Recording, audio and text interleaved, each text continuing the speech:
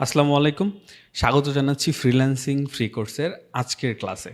আজকে ফ্রিল্যান্সিং কোর্সের ৫ম ক্লাস। আমরা ইতিমধ্যে ৪টি ক্লাস শেষ করেছি। আজকে ৫ম ক্লাস। আচ্ছা, আমরা শুরুতেই চলে যাচ্ছি আমাদের স্লাইডে। তার আগে বলে নিই, আজকের ক্লাসেও ২ টো মডিউল থাকছে। গত ক্লাসেও যেরকম ২ টো মডিউল ছিল, আজকের ক্লাসেও ২ টো মডিউল। একটা হলো ব্র্যান্ডিং, আরেকটা হলো র‍্যাংকিং টিপস, মানে আপনার প্রোফাইল র‍্যাংকিং টিপস। এই হলো ব্র্যান্ডিং।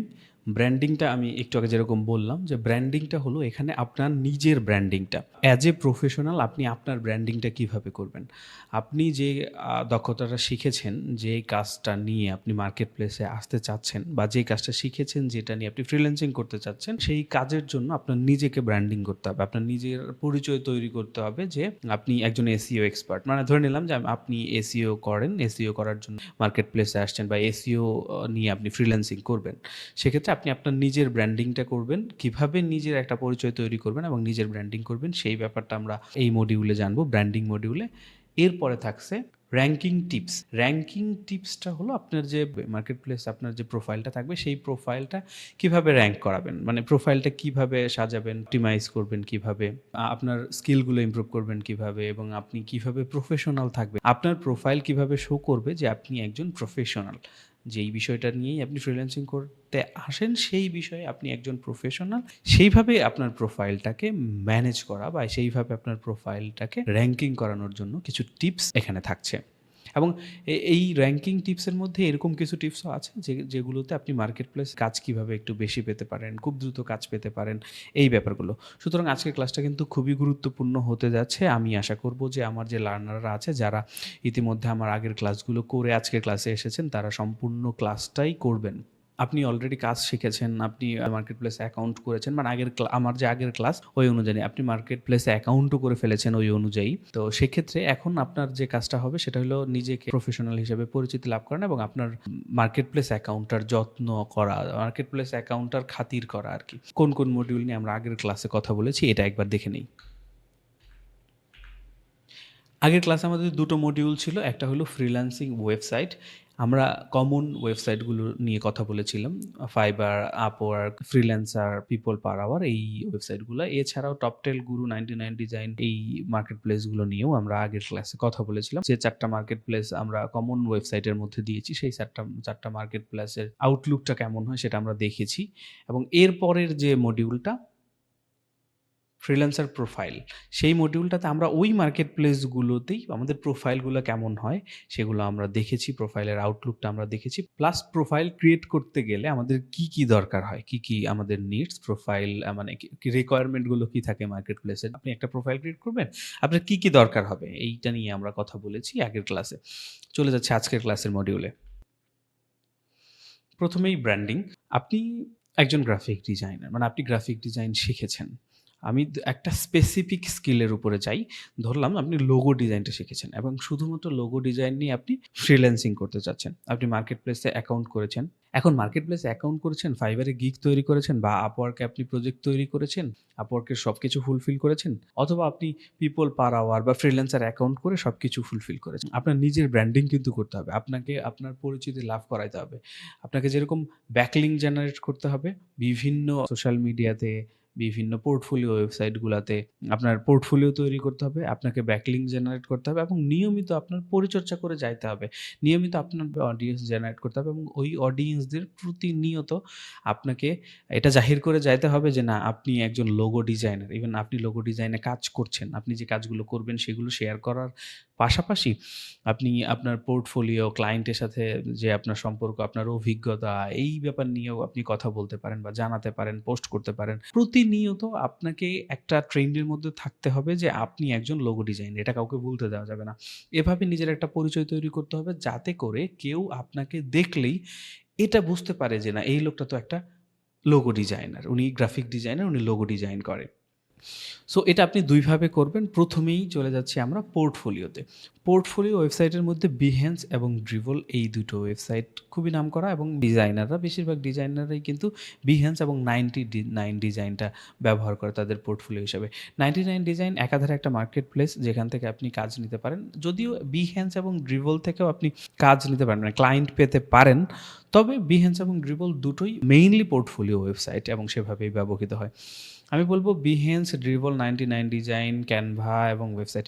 হ্যাঁ, ক্যানভার কথা যেহেতু বলেছি, ক্যানভাতেও কিন্তু পোর্টফোলিও করা যায়। ক্যানভাতে পোর্টফোলিও করা যায়। ক্যানভা হয়তো বা আপনাকে অডিয়েন্স দিবে না বিহেন্স বা ড্রিবলের মতো, অডিয়েন্স নিজে দিবে না, কিন্তু আপনি আপনার ক্লায়েন্টদেরকে বা আপনি আপনার সম্ভাব্য ক্লায়েন্টদেরকে কিন্তু ক্যানভাতে পোর্টফোলিও করে সেই পোর্টফোলিও শেয়ার করতে পারেন, সেটা শো করতে পারেন।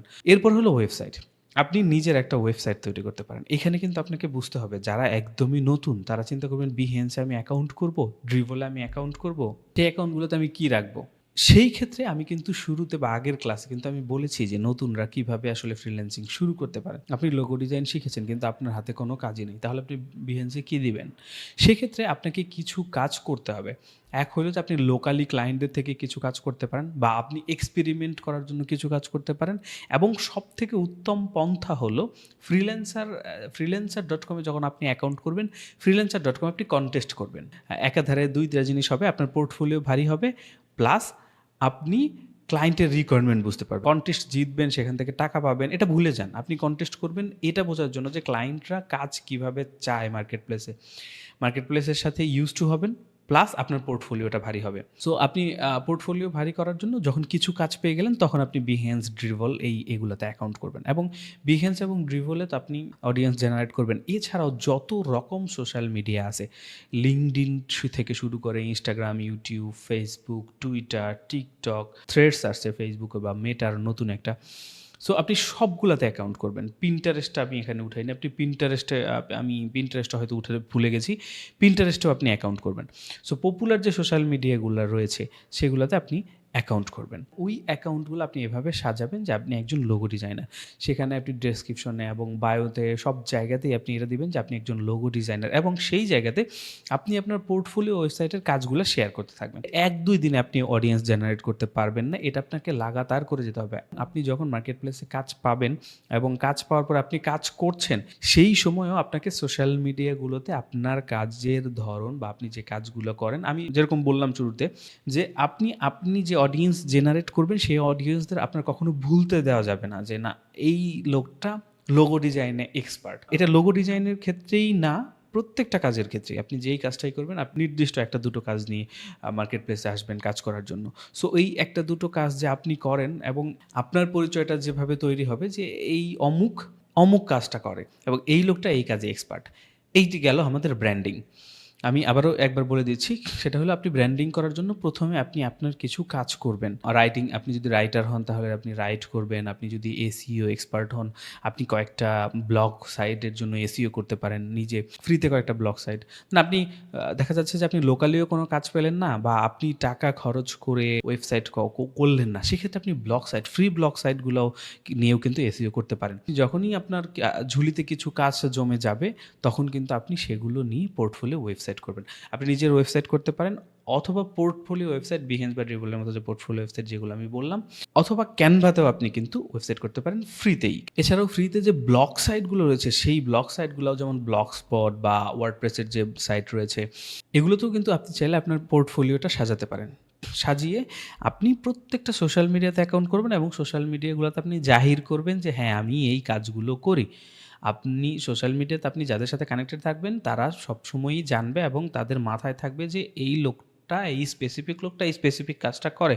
আপনি যতদিন ধরে যত কাজ করতে থাকবেন সবগুলো আপনি সবসময় শেয়ার করতে থাকবেন। আপনি আপনার কাজ শেয়ার করবেন সোশ্যাল মিডিয়াতে, আপনি আপনার কাজ শেয়ার করবেন। পার্সোনাল লাইফের কিছু ব্যাপার-স্যাপার সোশ্যাল মিডিয়াতে শেয়ার করতেই পারেন। এখন সোশ্যাল মিডিয়াটা পার্সোনাল লাইফের একটা অংশ হয়ে গেছে।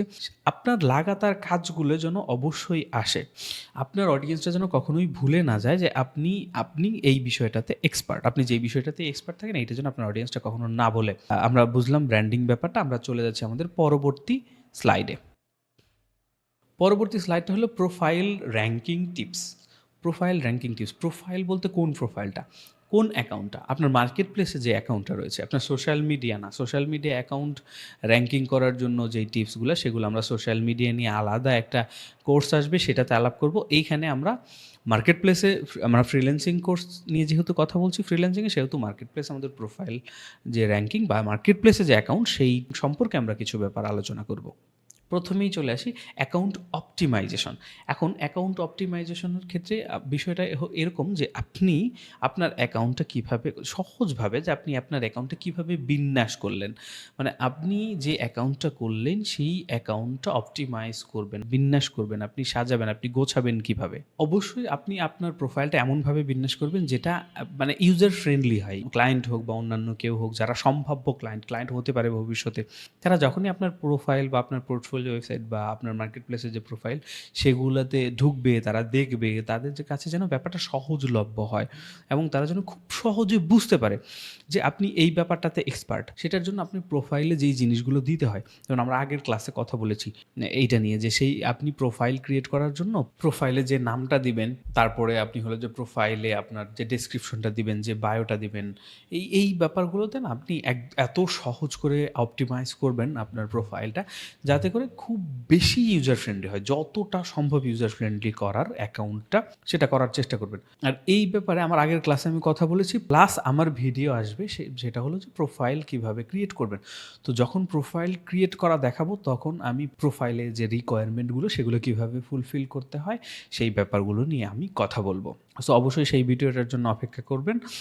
আর আমার আগের ক্লাসটা যারা দেখেছেন, তারা নিশ্চয়ই ইতিমধ্যে বুঝে গেছেন যে প্রোফাইল ক্রিয়েট করতে গেলে কি কি প্রয়োজন হয় এবং সেগুলো কিভাবে বিন্যাস করতে হয়। যেহেতু আমি আগের ক্লাসে প্রোফাইল কেমন হয়, ফ্রিল্যান্সিং প্রোফাইল কেমন হয়, এটা আমি আগের ক্লাসে দেখিয়েছি। আচ্ছা, এরপরে আমরা চলে যাচ্ছি হলো অ্যাক্টিভিটি লেভেল। অ্যাক্টিভিটি লেভেলটা আপনার হাই থাকতে হবে। আর অ্যাক্টিভিটি লেভেলটা কি, আপনাকে প্রোফাইলে অ্যাক্টিভ থাকতে হবে। এই ব্যাপারটা ফাইবার খুব ভালোভাবে দেখে যে আপনি প্রোফাইলে অ্যাক্টিভ আছেন কিনা। এমন অনেক আছে যে যারা নতুন ফাইবার অ্যাকাউন্ট করেছে, তারা কিন্তু ফাইবারে সময় দিতে হয়, অনেকটা সময় দিতে হয়। ফাইবারে আপনার কোনো কাজ না থাকুক, তবু ফাইবারে আপনাকে অনলাইনে থাকতে হবে, একটু গুতাগুতি করতে হয়, গিগগুলো একটু এডিট করা বা গিগ ইমেজগুলো একটু এডিট করা, গিগের যে ভিডিওটা দিয়েছেন সেটাও আপনি চাইলে আপডেট করতে পারেন, চেঞ্জ করতে পারেন, বা অন্যান্যদের গিগগুলো নিয়ে একটু নাড়াচাড়া করা, দেখা, সেই অনুযায়ী আপনি প্রতিনিয়ত গিগগুলো আপডেট করবেন। এই ব্যাপারগুলো না ফাইবারে করতে থাকতে হয়। আপওয়ার্কে যে তো করতে হয় না তা না। আপওয়ার্ক, পিপল পাওয়ার এবং freelancer.com প্রত্যেকটা মার্কেট প্লেসেই আপনাকে সময় দিতে হবে, আপনাকে অ্যাক্টিভ থাকতে হবে। আপনি অ্যাকাউন্ট করে রেখে দিলেন, সেই অ্যাকাউন্টে আপনি কখনোই ঢুকলেন না, সেই ক্ষেত্রে কিন্তু আপনার কাজ না পাওয়ার সম্ভাবনা অনেক বেশি, মানে আপনি কাজ পাবেন না। বিশেষ করে ফাইবারে তো কখনোই পাবেন না। নতুন অ্যাকাউন্টে এমনি ফাইবারে ইমপ্রেশন আসতে অনেক সময় লাগে। আপনি যদি অনলাইনে না থাকেন, নিয়মিত অ্যাক্টিভ না থাকেন, সেক্ষেত্রে কিন্তু আপনার কাজ পাওয়ার সম্ভাবনা প্রায় জিরো ফাইবারের ক্ষেত্রে। এবং অন্যান্য মার্কেট প্লেসেও সেটা আপনি পাবেন না। অন্যান্য মার্কেট প্লেসেও আপনার অ্যাকাউন্টের তদারকিটা আপনাকে করতেই হবে, প্রতিনিয়ত করে যেতে হবে। এরপর প্রাইসিং স্ট্র্যাটেজি। এই ক্ষেত্রে হলো আপনাকে প্রাইসটা বুঝতে হবে। আপনি যে সার্ভিসটা প্রদান করছেন বা আপনি যে কাজটা করে দিবেন ক্লায়েন্টকে, সেই কাজটার ওয়ার্ল্ড ওয়াইড ভ্যালু কেমন এবং মার্কেটে প্রাইস কেমন চলছে, এই ব্যাপারটাতে কিন্তু আপনার নজর দিতে হবে প্রোফাইল র্যাঙ্ক করতে গেলে। অডিয়েন্স বা কাস্টমার, আপনার যারা সম্ভাব্য কাস্টমার অথবা যারা কাজের জন্য বা কাজ নেওয়ার জন্যই আপনার প্রোফাইলে এসেছে, তারা দেখা গেলো আপনার কাজ পছন্দ হয়েছে কিন্তু প্রাইসের জন্যই সেখান থেকে সরে গেল। স্ট্যান্ডার্ড মান বজায় রেখে আপনাকে প্রাইস নির্বাচন করতে হবে এবং সেটার জন্য মার্কেট প্লেসে কী প্রাইস চলতেছে, আপনি যেমন শুরুতে বলেছিলাম লোগো ডিজাইনারের কথা, আপনি লোগো ডিজাইন করবেন। এখন আপনি কোন ধরনের লোগো ডিজাইন করবেন, লোগোতেও বিভিন্ন ধরনের ভাগ আছে। আপনি সিলেক্ট করলেন যে আপনি টাইপোগ্রাফি বেসড লোগো ডিজাইন করবেন। আচ্ছা, এখন টাইপোগ্রাফি বেসড যে লোগোটা ডিজাইন করবেন, আপনি কোন ধরনের লোগো ডিজাইন করতে চাচ্ছেন, সেই লোগোগুলোর মার্কেট ভ্যালু কেমন, কত দামে সেল হচ্ছে, এই ব্যাপারটা আপনার জানতে হবে এবং সেইভাবে আপনার প্রাইসটা নির্ধারণ করতে হবে। এরপরে প্রফেশনালিজমের ক্ষেত্রে কি, যে আপনাকে প্রফেশনাল হতে হবে। প্রফেশনাল আপনি কিভাবে হবেন, মানে প্রফেশনাল বিষয়টা কি, মার্কেট প্লেসের ক্ষেত্রে আপনার কমিটমেন্ট ঠিকঠাক রাখা এবং আপনি ক্লায়েন্টের সাথে কমিউনিকেটটা কীভাবে করবেন, এইটা কিন্তু প্রফেশনালিজমের ক্ষেত্রে পড়ে। অনেক ভালো কাজ করতে পারে এরকম অনেক মানুষজন আছে যে তারা ক্লায়েন্টের সাথে ঠিকঠাক মতো কমিউনিকেট করতে পারে না, তারা নিজেদেরকে একজন প্রফেশনাল হিসেবে দাঁড় করাইতে পারে না ক্লায়েন্টের সামনে। এটা কিন্তু খুবই জরুরি। আপনি চাইলে পার্সোনালিটি ডেভেলপমেন্টের ক্লাস করে নিতে পারেন, যে কিভাবে, বা কোর্স করে নিতে পারেন যে কিভাবে আপনার একটা সার্ভিস ক্লায়েন্টকে খাওয়াতে হবে, কিভাবে আপনি ক্লায়েন্টের সাথে কমিউনিকেট করতে পারবেন, কিভাবে নিজেকে অ্যাজ এ প্রফেশনাল প্রুভ করতে পারবেন ক্লায়েন্টের সামনে। এই ব্যাপারে কিন্তু আপনাকে অবশ্যই সতর্ক থাকতে হবে। চাইলে আপনি এই ব্যাপারে ফ্রি কোর্স বা পেইড কোনো কোর্স করে নিতে পারেন। এরপর হলো ইমপ্রুভমেন্ট স্কিল সেট। এইটা কিন্তু আমি আমার এই কোর্সের দ্বিতীয় ক্লাসে কিন্তু খুবই ভালোভাবে আলোচনা করেছি যে ফ্রিল্যান্সিংয়ে আপনার স্কিলগুলো ইমপ্রুভ করার যে সুযোগটা রয়েছে, অন্য কোনো প্রফেশনে এটা নেই। একভাবে কাজ শুরু করলেন এবং দিনের পর দিন সেইটাকে সময়ের ব্যবধানে আপনি যেই জায়গাতে নিয়ে যেতে পারবেন, আপনি যতটুকু উচ্চতায় নিয়ে যেতে পারবেন ফ্রিল্যান্সিংয়ে থেকে, কোনো প্রফেশনে এতটুকু উচ্চতায় এত দ্রুত নেওয়া সম্ভব না। সুতরাং আপনার স্কিল সেট ইমপ্রুভমেন্টের ক্ষেত্রে আপনাকে কিন্তু খুবই ভালোভাবে নজর দিতে হবে। এই ব্যাপারটা আপনার মাথায় রাখতে হবে যে আমাকে আস্তে আমার আপডেট থাকতে হবে। আপনি এখন যেভাবে লোগো তৈরি করছেন বা এখন যেভাবে একটা ব্যানার তৈরি করে দিচ্ছেন, এই ট্রেন্ডটাও কিন্তু সবসময় এক থাকে না। আপনাকে ট্রেন্ডের সাথে থাকতে হবে এবং আস্তে আপনার ডিজাইনের স্কিলটা, ডিজাইন থিঙ্কিংটা আপনাকে ডেভেলপমেন্ট করতে হবে। আপনাকে যেরকম ট্রেন্ডের সাথে থাকতে হবে, সেরকমভাবে আপনার হাতের কাজটাও ডেভেলপ করতে হবে। আপনার হাতটা পাকা করতে হবে। আমরা যেরকম সাধারণভাবে বলি না যে হাত পাকা, ড্রাইভিং করতে ড্রাইভারদের হাত পাকা হয়ে যায়, বা আর্ট করতে লিখতে হাত পাকা হয়ে যায়, হাত চালু হয়ে যায়।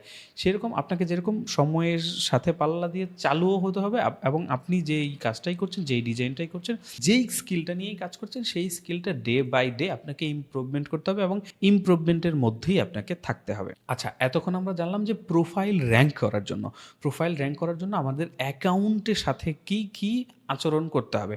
প্রথম হলো প্রোফাইল অপটিমাইজ করতে হবে, এবং প্রোফাইল কিভাবে অপটিমাইজ করতে হবে, প্রোফাইলটা কিভাবে বিন্যাস করতে হবে সেটা আমরা জানলাম।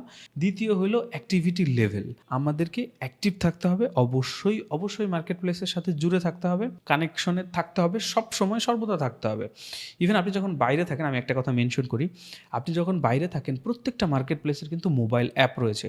আপনার মোবাইলে ডাটা রাখবেন এবং মোবাইল অ্যাপের মাধ্যমে আপনি কানেক্টেড থাকবেন। মোবাইল অ্যাপের মাধ্যমে কানেক্টেড থাকাটা খুবই জরুরি, কারণ ফাইবারে যখন একটা ক্লায়েন্ট আপনাকে নক করবে, ফাইবার নাও, সব মার্কেট প্লেসেই আপনাকে যখন ক্লায়েন্ট নক করবে, যত দ্রুত সম্ভব তাকে কিন্তু আপনার রিপ্লাই দিতে হবে। সুতরাং অ্যাক্টিভিটি লেভেলটা কী ধরনের হাই হতে হবে সেটা আপনি বুঝতে পারছেন। কারণ আপনি যদি একটু লেট করেন রিপ্লাই করতে, দেখবেন যে ওই সময়টা তো অন্য একটা ফ্রিল্যান্সার রিপ্লাই করেছে এবং ক্লায়েন্টের থেকে কাজটা নিয়ে নিয়েছে। সো কাজ পেতে গেলে আপনার অ্যাক্টিভিটি লেভেলটা সর্বোচ্চ রাখতে হবে যতটুকু সম্ভব আপনার দ্বারা, এবং যত দ্রুত সম্ভব ক্লায়েন্টের যে কোনো টেক্সটের বা যে কোনো মেসেজের রিপ্লাই দিতে হবে। এরপরে প্রাইজের যে ব্যাপারটা বললাম, প্রাইজের দিকে আপনাকে নজর দিতে হবে। একটা স্ট্যান্ডার্ড মানের মূল্য নির্ধারণ করে সেই মূল্যটা আপনার সার্ভিসের সাথে, সেই সামঞ্জস্যপূর্ণ মূল্যটা আপনার সার্ভিসের জন্য রাখতে হবে। প্রফেশনাল থাকতে হবে আপনাকে অবশ্যই প্রফেশনাল থাকতে হবে। আপনার পার্সোনালিটিটা প্রয়োজনে ডেভেলপ করতে হবে। আপনাকে প্রুভ করতে হবে যে ইউ আর এ প্রফেশনাল। এরপরেও আপনার যে স্কিল সেট রয়েছে, আপনার যে স্কিল রয়েছে, ডে বাই ডে সেটাকে ইমপ্রুভ করতে হবে। এইটা গেল অ্যাকাউন্টের ব্যাপারটা। এরপর আসি ব্যাকলিঙ্ক।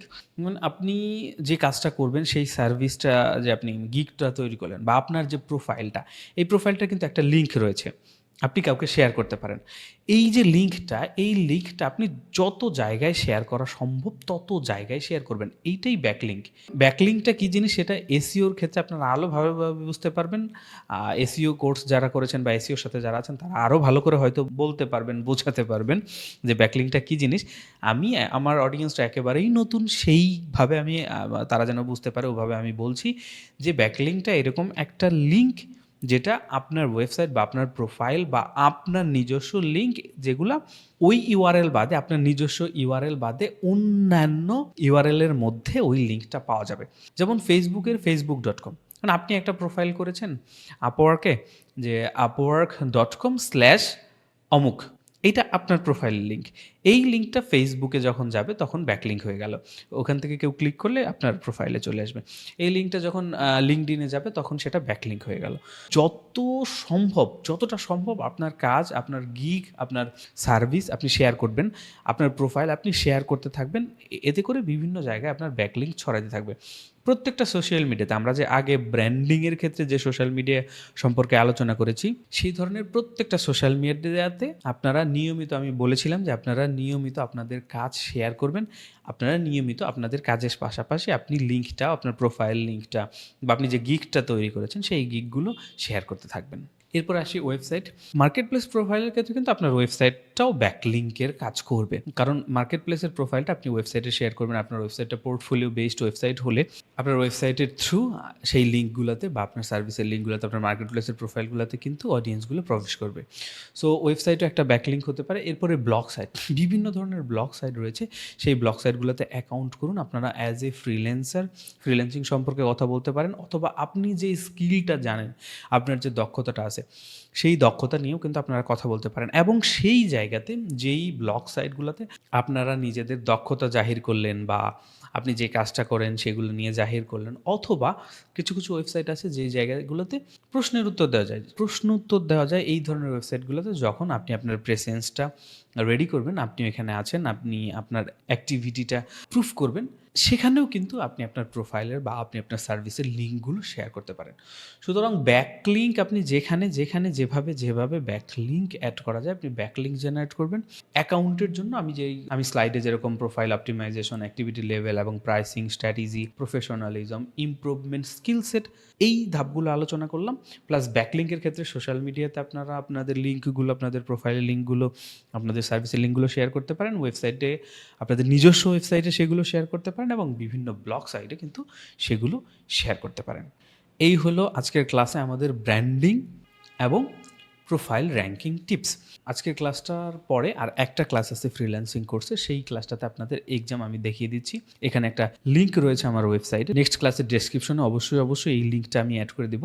এই লিঙ্কটাতে আপনারা ক্লিক করবেন এবং এই লিঙ্কটাতে ক্লিক করে আপনারা আমার ওয়েবসাইটে চলে গিয়ে আপনি এক্সামে অংশগ্রহণ করতে পারেন। আরও কিছু কথা নেক্সট ক্লাসে আলোচনা করব। আপনাদের সার্টিফিকেট সম্পর্কে অনেক প্রশ্ন থাকে, কিভাবে আমার এই কোর্সটা থেকে সার্টিফিকেট পাবেন কি পাবেন না, পেলে কিভাবে পেতে পারেন এবং কিভাবে কি, সব কিছু নিয়ে আমরা নেক্সট ক্লাসে আলোচনা করব। নেক্সট ক্লাসটাতে কিন্তু আমরা কিছুই শিখবো না, একদম নতুন কোনো কিছুই শিখবো না, কিন্তু আমরা জানবো আমাদের এই কোর্স সম্পর্কে। ইভেন আমরা রিভিউ করব যে এই পুরো কোর্সটাতে আমরা কী কী শিখে এসেছি, আমরা সেটা রিভিউ করব নেক্সট ক্লাসে।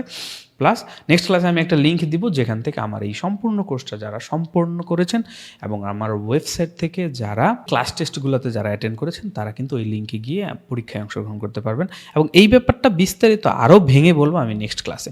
সুতরাং নেক্সট ক্লাসে দেখা হচ্ছে। আজকে তাহলে এই পর্যন্তই। ভালো থাকবেন সবাই। আল্লাহ হাফেজ।